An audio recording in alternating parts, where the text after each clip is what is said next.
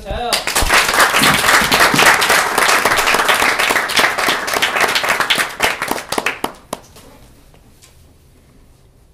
Kimba Smith's ex-boyfriend was so bad, Bill Clinton had to save her. And he ain't exactly known for getting women out of trouble.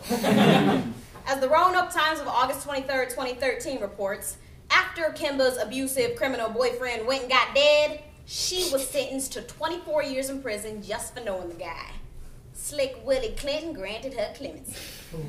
But, like 6 million former felons, mostly black, Smith still couldn't vote. Go on! Y'all hear that? Go, man! Who let Jim Crow back in here? Preventing former felons from voting is a plan to harm minorities. Don't believe me?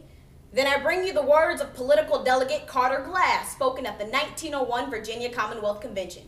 Glass declared this plan would eliminate the darky as a political factor. Not a lot of wiggle room in interpretation there. I mean, unless he meant to say donkey, but we all know politicians love asses. As noted in her 2013 book, Felony Disenfranchisement in America, Catherine Irene Pettis calls the 6 million Americans trapped by this unjust practice the invisible constituency, which is silly because voting is the last thing I would do if I could turn invisible. Laws that keep felons from voting are hurting our democracy and spreading racism. And that's the Tea Party's job. Today we'll look at why felons are disenfranchised, the harm it causes, and some solutions to restore this country's most fundamental right to those who have already served their time. As thegrill.com reported on May 31st, 2013, in states like Kentucky, Virginia, and Florida, these laws disenfranchise more than 20% of the black voting age population. But don't worry, it's not like Florida needs any help making better decisions. When it comes to criminals, it seems smart to take away as many things as possible. From what I understand, they can't even handle soap. Felons are disenfranchised for 2 reasons: as punishment, which is why people say they support it, and as a form of minority voter suppression, which is why they actually support it. First, felons are stripped of their right to vote to extend their punishment. Roger Clegg, president of the Center for Equal Opportunity, told NPR on July 16, 2012, most folks think that certain standards of responsibility and trustworthiness must be met because voting is the most sacred American act next to asking the cashier to supersize it. Clegg swears, these policies are simply punitive and are not meant to be political or racist. Those are just bonuses. As the New York Times pointed out on July 15, 2013, felons allowed to vote are less likely to return to prison and more likely to integrate back into communities. And it's not like anybody has a problem with integration, am I right, Mississippi? Second, people swear these policies aren't racist. Just like the boyfriend Amari swears he don't know where them panties came from. But they lying. The aforementioned NPR notes how 60% of felons are minorities. And the Huffington Post of April 23, 2013 reminds us that 1 in 13 blacks of voting age are affected. Now, I have been assured by my congressional representatives that this is what white people call a coincidence. I mean, it'd be suspicious if, like, all these laws immediately went on the books the minute black people got the right to vote, the 15th Amendment. Time magazine of October 25th, 2012 says these laws immediately went on the books the minute black people got the right to vote, the 15th Amendment. No! Who cares if a few million black people don't get to wear one of those cool I voted today stickers? White people don't get to wear cornrows, so we basically eat them. Surprisingly, the harms of these policies are cotton picking deep, as the nature of our democracy itself is threatened by, first, disempowering people who badly need to be empowered, and second, continued spread of racism. First, Time magazine of July 23rd, 2013 reminds us that recidivism isn't just a word Mike Tyson can't say. More than 40% of felons go back to prison within their first 3 years of being released. And it's not just to see if their bathroom graffiti is still there. It is because they are so systematically disempowered, they can't see themselves as active members of society. Look, maybe you'd understand the connection if an old white dude said it. So, Aristotle said in his work, The Politics, there is a serious risk in not letting the disenfranchised have some share in the enjoyment of power. And white people gotta trust Aristotle.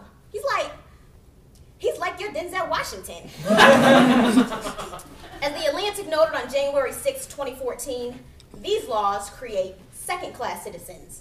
And being treated like a second-class citizen is only an improvement for Hispanics in Arizona. Second, these policies spread racism. As noted in Pettis' aforementioned book, Felony Disenfranchisement in America, she connects the dots from explicit Jim Crow laws, like literacy tests, and felon disenfranchisement. And if you connect all the political dots, it's a picture of a voting booth with the words whites only above it. According to an article in the Analysis of Social Issues and Public Policy from May 14, 2013, authors Mandeep Dami and Paula Cruz argue sentences should be proportionate to the seriousness of the crime, but they ain't. Crack is whack and crack punishments are wackier. As amounts that are misdemeanors if it's cocaine, white man's drug, become vote-denying felonies if it's crack. Black man's drug. Do a line, you'll be fine. Have a little crack, you won't get your vote back. Politicians set mandatory sentences that are racist, and then minorities can't vote to get those politicians out. It's a catch-22, which is the one kind of catch we wish we weren't so good at. Solving for a centuries-old racial flaw in our criminal justice system felt way too easy. Luckily, every state is a unique challenge. If you're in Alabama, you permanently lose your right to vote. If you're in Maryland, you can appeal. And if you're in Arizona, move. Let's separate our solutions into two categories: leveraging the opportunities currently available and working on a widespread fix. First, know the rules in your state. A handy summary is available at felonvoting.procon.org. There you can find things like how easy it is to get your right back in Florida. All you gotta do is wait 5 years, pay any restitution, write a written appeal in triplicate, rub your head and pat your belly, and recite supercalifragilisticexpialidocious backwards. Sorry if that sounds hard, color folks. Just stay home on election day. Obviously, even in places where you can vote after a felony, they still make it hard for you. But resources like felonvoting.procon.org can help. Now, well, what I recommend is running up and down the halls of a prison screaming this URL, or put it online, or on flyers before an election. Remember, these felons are made to feel like outcasts. The best solution is to let them know that they aren't. Second, things may be starting to change.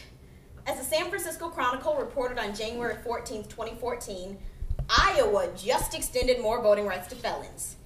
And as MNBC reports on May 29, 2013, Republican Governor Bob McDonnell is working to restore the rights of thousands of Virginia citizens. Just don't tell John Boehner, because nobody's trying to see him do the ugly cry.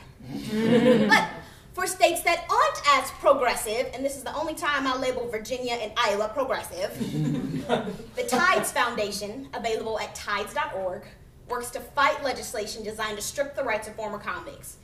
Whether you donate to this organization, spread information, or simply vote against those who vote against voting rights for felons, we have to move this country out of the darky ages. Kimba Smith got lucky with Bill Clinton, which I admit, it's probably not that hard to do.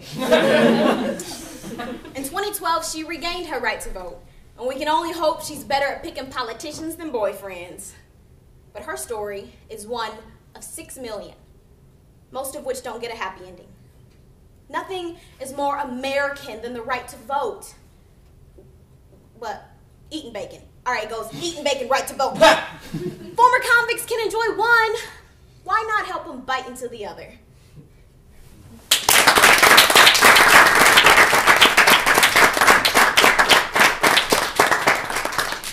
Can I head out to my next round? Of course, good luck. Thanks. Bye, y'all.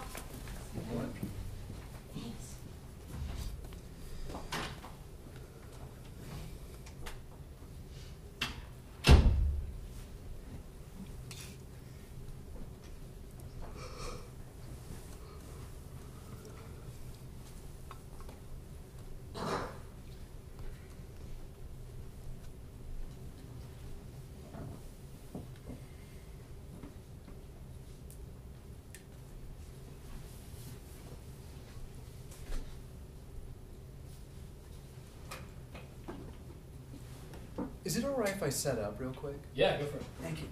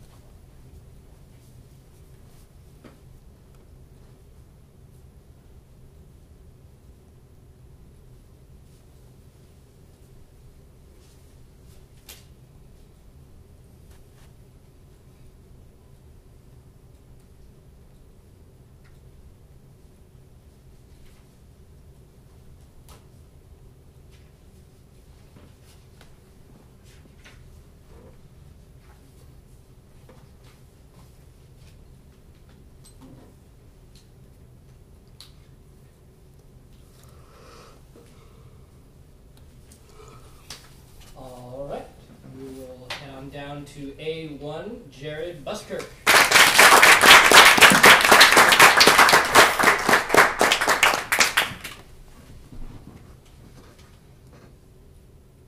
Cancer's a bitch.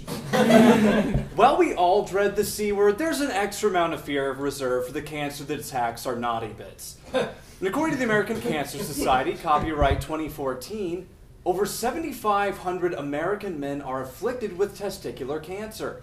And the number of reported global cases is also increasing. Additionally, over half of all reported cases were in men between the ages of 20 and 34. What?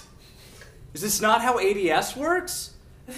I'm sorry, but testicular cancer just isn't that funny. Or it wasn't.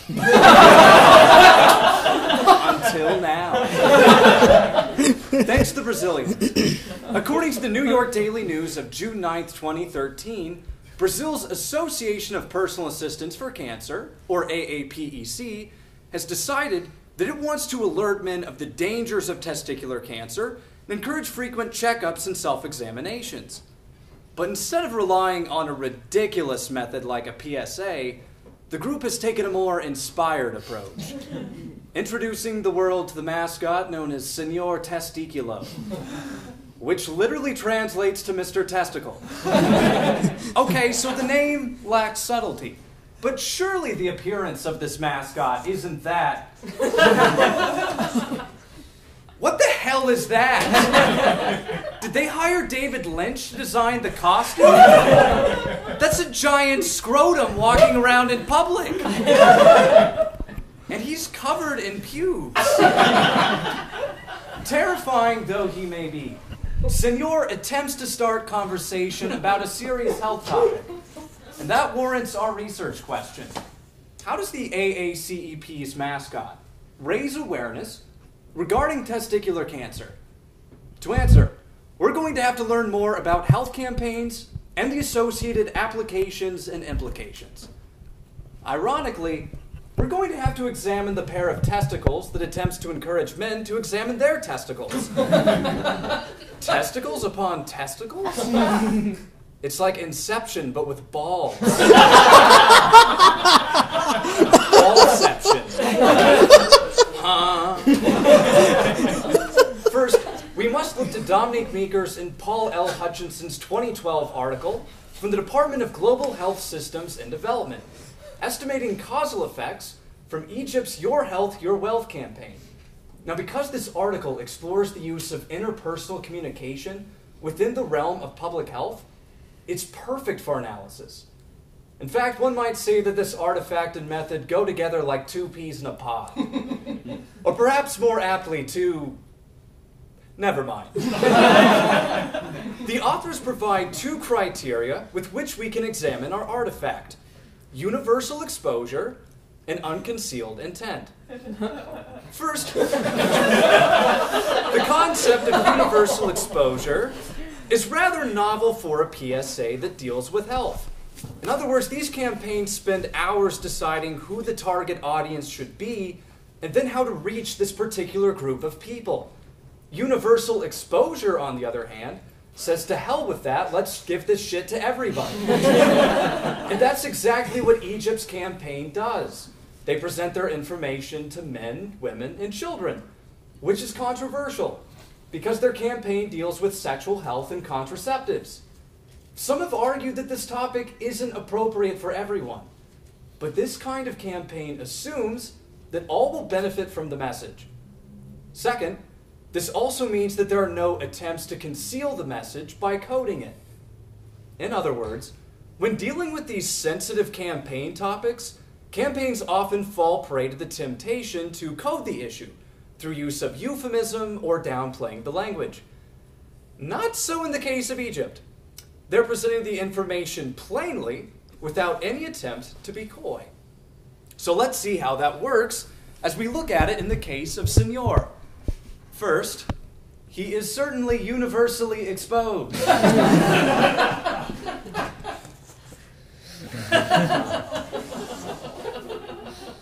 Why, yes, that is a child posed next to the hairy, buck-toothed, bug-eyed, scrotal blob that is Senor Testicular. Now, I tend to imagine that this image was taken just seconds before she ran away screaming. But the AACEP explains to the June 12, 2013 International Business Times, their mascot is supposed to be seen by everyone, and that includes kids. And in fact, designed the costume to look like, now I'm quoting here, a friendly snowman.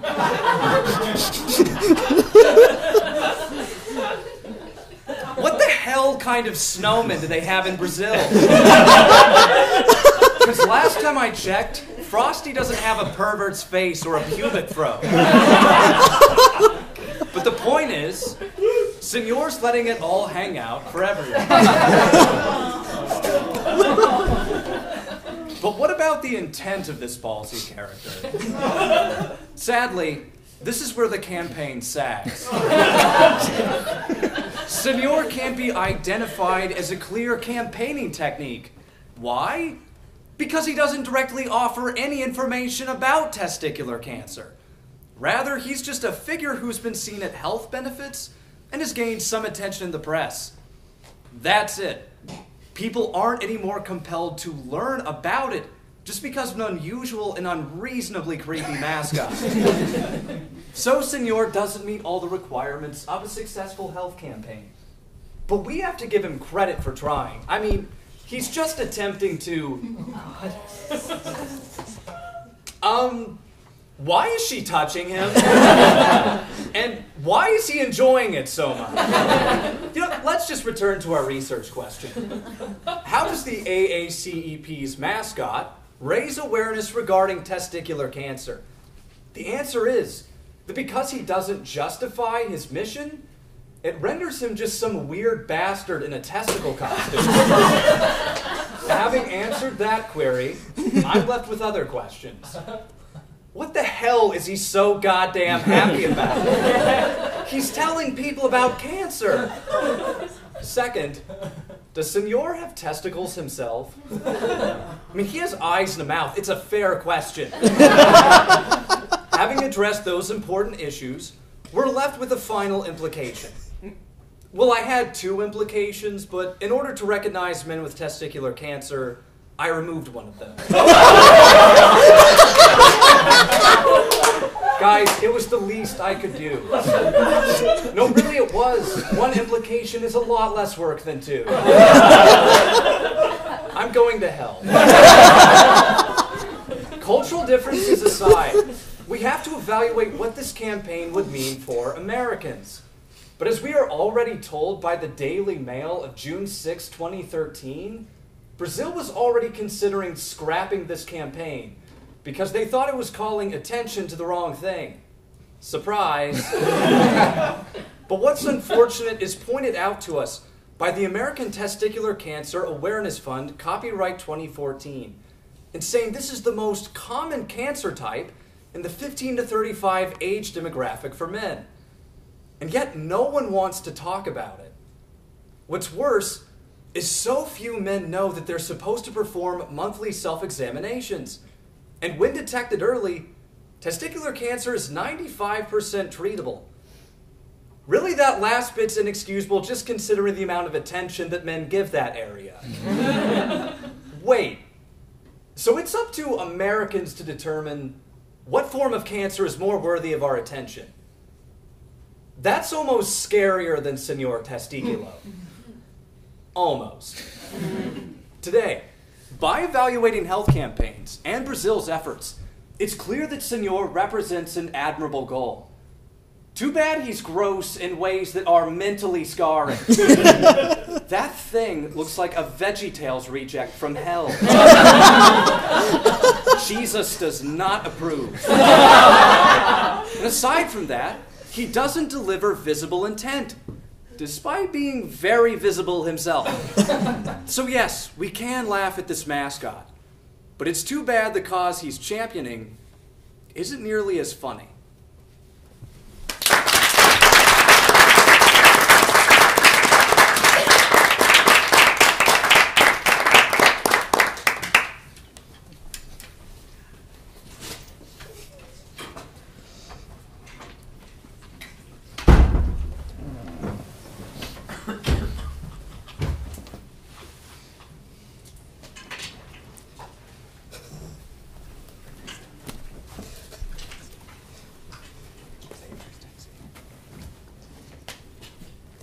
Be in my mind for all eternity.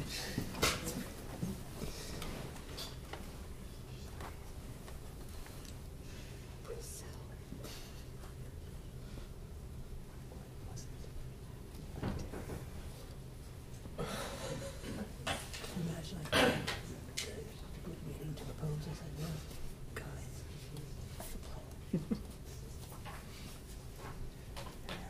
I call it.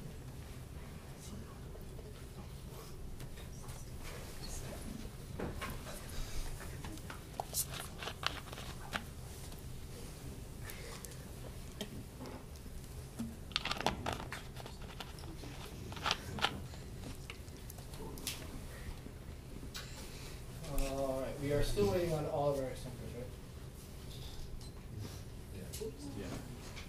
How typical. Okay.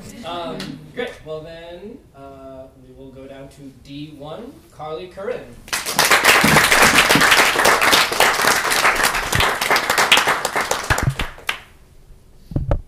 Disgusting, germ-covered, smelly, needy, loud, expensive, incapable of doing anything meaningful or even something basic, like putting poop where poop should go. I'll say what everybody secretly thinks. Kids are the worst. It's why Kat Kinsman told CNN on May 8th, 2013, that ever since she was but a kitten, she knew she never wanted her own litter. And at 39, Kat thinks her life is pretty perfect, right meow anyway. Kat may feel alone in her decision to not have kids, but she isn't. A report released by the Centers for Disease Control and Prevention on December 30th, 2013 shows the U.S. birth rate is the lowest in history, which is sad Because with our education rates, unwanted pregnancy was our last chance to lead the world in something, God. Yet the cultural imperative for women to bear children is as stubborn as a 2-year-old who wants his binky nya. Nya, mommy, nya! However, Time magazine of August 12, 2013 says, we may have evolved enough to stop treating women as nothing but wombs with legs. Currently, 1 in 5 women do not bear children. Proclaiming free at last, thank God Almighty, we are child-free at last. As The Guardian of January 15, 2014 notes, it's important to distinguish between child-free and childless. Child-free suggests a choice. Childless suggests a deficiency, which would make a pretty cool pickup line. Hey, baby, look a little pregnancy deficient. Let me help with that. So today, we'll consider an alternative lifestyle that's going mainstream. The freedom to choose for yourself if having kids is right. Let's first explore the origins of all this pressure. Second, the byproducts of a child-free life. A happy mother-in-law is not one of them. And finally, the link between happiness and children. Now, I don't hate most babies, only the ugly ones, but if you have kids, that choice was right for you. But as the Huffington Post of January 16th, 2014 notes, you can be happy in here without having something come out down there. On a break from punching bears while shirtless, Vladimir Putin scheduled a Boys to Men concert to spike Russia's falling birth rate. This just proves Putin doesn't know Justin Timberlake's new album can actually get you pregnant. The social pressure to breed is everywhere. Let's consider the origins of 2 social pressures, the government and culture. Initially, 2 old men wrote an article called Why the Choice to be Childless is Bad for America, published on the Daily Beast on February 13, 2013. They say we need to breed more taxpayers to pay for the crap the 2 old men who wrote the article want. ChildlessByChoiceProject.com, last updated December 16, 2013, confirms governments see babies as dollar signs in diapers. Baby boomers are gobbling up all the tax dollars allocated for social programs like geriatric hungry hippos. Uncle Sam says America is screwed if we don't start screwing. Second, culturally, the message is everywhere. If you ain't got no kids, you broken. Prospect magazine of January 14th, 2014 says that having children is considered the norm. The question, do you have kids, carries the subtext, or are you some kind of freak? The New Statesman of July 13th, 2013 says, the media cannot fathom the concept of a child-free woman. From People magazine to BabyRotzy.com. Why is it okay to take a picture of a woman's stomach and slap on, is this a baby bump? Yeah, what if it isn't? This is my food, baby. Kevin. Ellen Walker, a clinical psychologist, told Southern California Public Radio on August 15th, 2013, that society so badly wants us knocked up that they glorify the reality of having kids. Like, I once saw a baby pee in his mom's mouth when she changed him and it was like in her mouth. And you don't come back from that. But perhaps the greatest pressure comes from a woman's own family and friends. Esmeralda Hoquito Flores told the aforementioned Time magazine that not having a baby in her family is treason. Her grandma changed the blanket she was knitting by stitching "You're dead to me" right on it. The benefits of having children are well known thanks to those honor roll bumper stickers. But what happens when people say, screw you, biological imperative? Let's consider individual and societal aspects of child-free living. First, kids cost a ton of money, and yet you can't sell one. The U.S. Department of Agriculture of August 14th, 2013 says, you will spend $240,000 to raise a child. Wait, why does the Department of Agriculture do this study? Does the government not know where babies come from? That cost doesn't include pregnancy, childbirth, or college. So you better hope your kid turns out real smart or real dumb. The second one's easier to make happen. Economist Ryan Kaplan told the aforementioned Time magazine that women with kids lose as much as $1 million. It's old. I don't care how cute your baby is, it's not $1 million cute. As the Huffington Post pointed out on December 28th, 2013, parents are forced to constantly choose between their financial needs and those of their children. whereas child-free people are the reason Sky Mall exists. Second, people without kids tend to be more active in society. It makes sense, as they have more time and energy to do so, since their only me time isn't checking their iPhone in the can. In fact, that aforementioned Time article explains that many child-free women pursue jobs as teachers or counselors. In essence, they mother the world. Cute baby, do you know who my child is? The entire Earth! In her 2010 book, Committed, Elizabeth Gilbert stressed the importance of the auntie culture, where child-free women often help raise children in need. It takes a village to raise a child, but if everyone in the village has their own child, then that is the loudest, most awful village, and I do not want to go to there. Oh, and non-breeders may save the planet, as the UN projects that by the year 2050, there's going to be 9.6 billion of us, and we'll need to raise food production by an impossible 70%. So unless we're planning on making baby food a literal thing, we need less of us. Whitney Houston sang, "I believe that children are the future," and then had some with Bobby Brown. Which means we should consider the link between happiness and children. Let's look to scientific studies and the duel between parents and the child-free. First, assigning a numeric value to happiness is as silly as assigning a numeric value to poetry. But that hasn't stopped scientists. The most recent study, published in January 2014 by Open University in Great Britain, definitively found that child-free adults are happier than parents. Case closed! Let's get to snipping and tying our respective baby junk. Except a Princeton study, also released in January, said that children make no difference in happiness. Cool! Flip a coin! Tails, you get a puppy, and heads, a head comes out down there.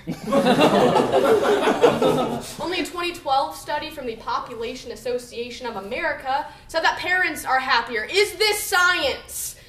Or is someone just shaking a magic 8-ball? The contradictions are likely due to the generational differences in the definition of happiness, with older Americans valuing child rearing, and younger folks finding children a pain in the rear. This leads us to the rising feud between the pro-child and no-child camps. As the aforementioned Huffington Post points out, each group attacks the other to justify their decision. It's a passive-aggressive duel, so clearly mothers have the edge. As the Guardian of January 17th... My mom's here. As the Guardian of January 17th, 2014 notes, this... my mom! There are casualties in this battle of "no, I'm happier," where child-free relatives can be ostracized and parents can lose lifelong friendships. The Guardian article explains that procreation narratives divide us, particularly women, fracturing support for things like maternity and paternity policies and laws that affect child-free couples, like what time the bars close. Because being openly child-free is a relatively new phenomenon, sociologists think this family feuding will get worse before it gets better. Survey says, bummer. Kat Kinsman was told she'd be a terrible mother at 10, which is true for all 10-year-old girls. But it made her realize even then that a child-free life was for her. Today we examined the social pressure to breed and the implications of a child-free lifestyle. I don't know what the future holds for me and my uterus. I just know it's up to you or me.